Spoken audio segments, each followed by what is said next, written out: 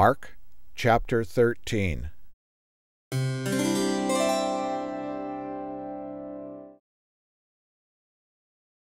And as he went out of the temple, one of his disciples said to him, "Master, look what manner of stones and what buildings are here." And Jesus answering said to him, "You see these great buildings. There shall not be left one stone on another that shall not be thrown down." And as he sat on the Mount of Olives over against the temple, Peter and James and John and Andrew asked him privately, "Tell us, when shall these things happen? And what will be the sign when all these things shall be fulfilled?" And Jesus, answering them, began to say, "Take heed, lest any man deceive you. For many shall come in my name, saying, 'I am Christ,' and shall deceive many. And when you hear of wars and rumors of wars, do not be troubled, for such things must happen, but the end shall not be yet. For nation shall rise against nation, and kingdom against kingdom, and there shall be earthquakes in divers places, and there shall be famines and troubles. These are the beginnings of sorrows. But take heed to yourselves, for they shall deliver you up to councils, and in the synagogues you shall be beaten, and you shall be brought before rulers and kings for my sake, for a testimony against them. And the gospel must first be published among all nations. But when they shall lead you and deliver you up, take no thought beforehand what you shall speak, neither premeditate on it. But whatever shall be given to you in that hour, that you shall speak. For it is not you that speaks, but the Holy Ghost. Now brother shall betray brother to death, and the father the son, and children shall rise up against their parents, and shall cause them to be put to death. And you shall be hated by all men for my name's sake. But he that shall endure to the end shall be saved. But when you shall see the abomination of desolation spoken of by Daniel the prophet, standing where it ought not to be, let him that reads understand. Then let them that are in Judea flee to the mountains.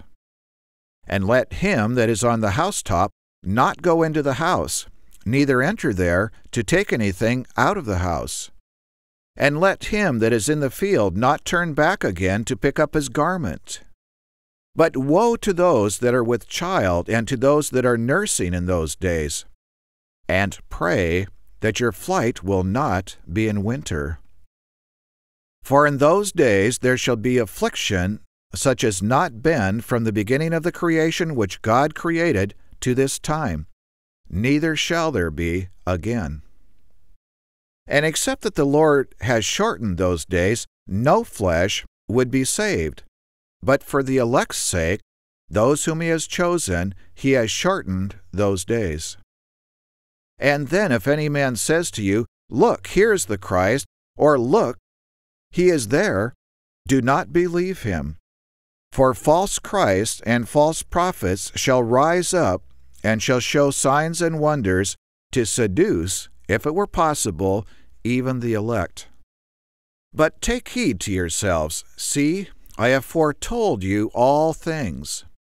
But in those days, after that tribulation, the sun shall be darkened, and the moon shall not give her light.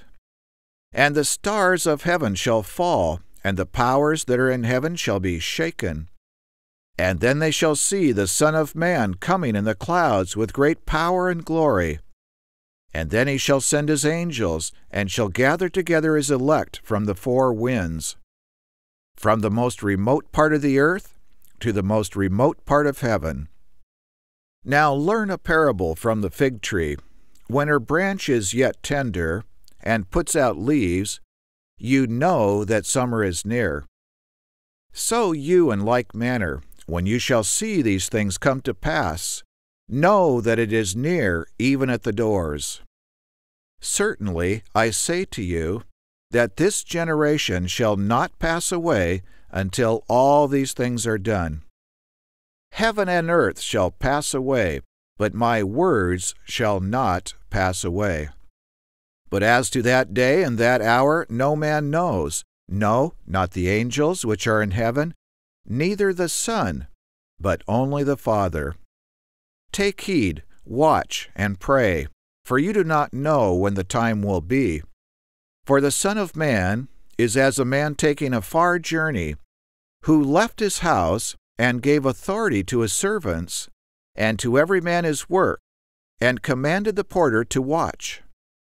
Watch therefore, for you do not know when the master of the house is coming, at evening, or at midnight, or at the cock crowing, or in the morning, lest coming suddenly he find you sleeping. And what I say to you I say to all, watch.